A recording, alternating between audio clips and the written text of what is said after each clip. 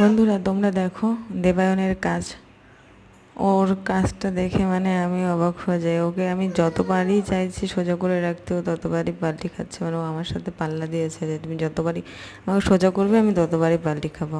ওকে আমি এখন সোজা করে রাখতে খুবই সমস্যা হয়ে যায়। ও যতবারই ওকে চিৎ করে রাখা হয় ততবারই ও ভুট হয়ে যায়, ভুট হওয়া শিখে এরকম মানে দুষ্টামি শুরু করে। আর যা খেয়ে রাখে সবই পেটে চাপ পড়ে আর মুখ দিয়ে বেরিয়ে যায়। মানে খুবই দুষ্টামি করে এখন, চিৎ করে রাখাই যায় না, ভুট হয়ে যায় বারবার। দেখো আমি যতবারই চিৎ করে দিচ্ছি ততবারই ও ভুট হয়ে যাচ্ছে, এমনই দুষ্টামি শিখেছে।